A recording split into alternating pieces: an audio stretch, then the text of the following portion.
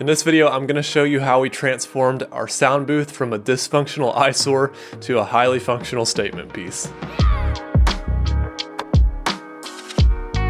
Well, hey, if we haven't met, I'm Dylan and I'm a part of the Collaborate worship team, and we're here to help you create great sound at church. Part of creating great sound at church is having a functional AV booth to do it from, and ours was in need of some help. Since we moved into our space, the sound booth had never really been big on our priority list, and getting it sorted out properly seemed like more of a luxury, so we just made do. The most embarrassing part of the story is that we rent out our church building as an event center on the days of the week that we don't use it as a church. Two of our tenants are other churches that meet there every week, and nobody has really complained about the sound booth, but it just did not reflect the level of excellence that we want it to represent. So after staring at that old booth long enough, I decided it was time to take the initiative of getting a new solution figured out. If you're working on some upgrades to your sound booth or you're in need of some upgrades, join the conversation below and let us know what you got going on. Let's collaborate on some ideas. I was fortunate enough to know someone that used to attend our church that is a great fabricator and does it on the side out of his garage. So I hit him up and said, let's do what it takes to get this done and done right. So the first step was to get the design figured out. I let him know that we wanted to reuse our existing platform and build the table around it using metal for the structure and wood for the surfaces. So my guy came up with a design that got us to a budget of around $800 including supplies and labor, and that's quite an achievement considering the cost of material these days. We did a satin clear coat on the plywood to keep its natural color and just make the grain pop a little bit. We considered going all black by painting the wood, but decided on the natural color because it matches our custom tables in the lobby, and it also adds some nice tones to our all gray and black auditorium. Now obviously the platform is there so the AV team can see and hear over the congregation a little bit better, but the height of the tabletop was an important aspect of the build because we wanted it to be comfortable to stand at for most people, but mostly the person mixing. So we did a tabletop height of 34 inches from the platform. This came out to be a great height for the mixer, and although it isn't a good height for someone as tall as me on the computer, the two people on the computers are not typically standing anyway, so not that big of a deal. The chairs I got at home for $100 a piece, and they're actually pretty comfortable. They are 24 inches seat height countertop stools. Now let's go over all the setup of the tech and why we did it the way that we did. Over here on the left side of the booth is an X32 compact. We switched to a compact a few months ago for two reasons. One, we were planning ahead for the sound booth and we wanted enough room to fit 3 people up here. And two, we needed a dedicated mixer for content creation here at Collaborate Worship.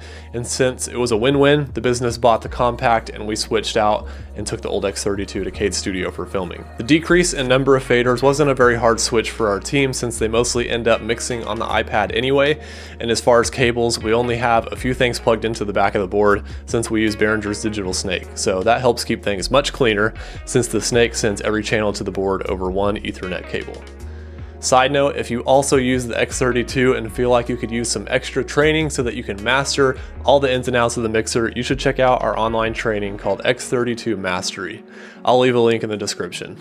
One last thing to note here is that I have a drawer mounted underneath the platform to store remotes and other loose equipment, because we all know we hate that kind of stuff laying around. Now let's move on to our presentation setup. This is a 2019 iMac with these specs, and it's currently running ProPresenter 6 because we haven't felt the need to upgrade to 7 yet. And while we're talking about this, I can show you our custom confidence monitor setup that is hung right above the back of the booth. For stage lighting, we have the Chauvet Stage Designer 50. Is that how you say that? Which we've been using for a long time. It's been with us through like 3 different buildings. We don't have a very complicated lighting setup right now, so it works fine for us. But I'm contemplating moving over to software lighting control. I don't really like this board. It's kind of tedious and it just takes up way too much room back here, I think. So let me know down in the comments if you want to see any future content in regards to live stream stuff. I'd love to make it for you. And up until now, all this computer has done is run ProPresenter and Spotify, but it's got to work a little harder now because we're experimenting with vocal tuning for our live stream. So be sure to subscribe and turn on notifications so you can see when that video comes out.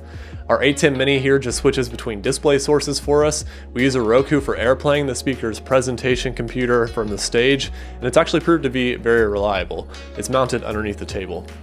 Moving on to our new live stream setup, we went with an M1 Mac Mini with these specs. I chose that for a few reasons. One, it's a huge bang for your buck, and I know because I work on one every day right behind me. And two, it allows us to have more flexibility with the station. When Kate or I is working up here at the church, which we do 1 or 2 days out of the week, we have a place with a nice monitor to hook up our laptops to, and if we're both here, I guess we'll just have to fight over it. And then if any of our tenants, including the 2 churches, wants to use their own laptop for anything, they have a station to connect to as well. In case you're wondering about the monitor, it's a Samsung UR55 28-inch 4K monitor. It's actually a really good monitor for its price. I had to do a little tweaking to the colors, but it seems to be pretty accurate now. Although this iMac is still really capable, the M1 Mac Mini with 16 gigs of RAM can hold its own without breaking a sweat, at a fraction of the cost that we bought that thing for a couple years ago.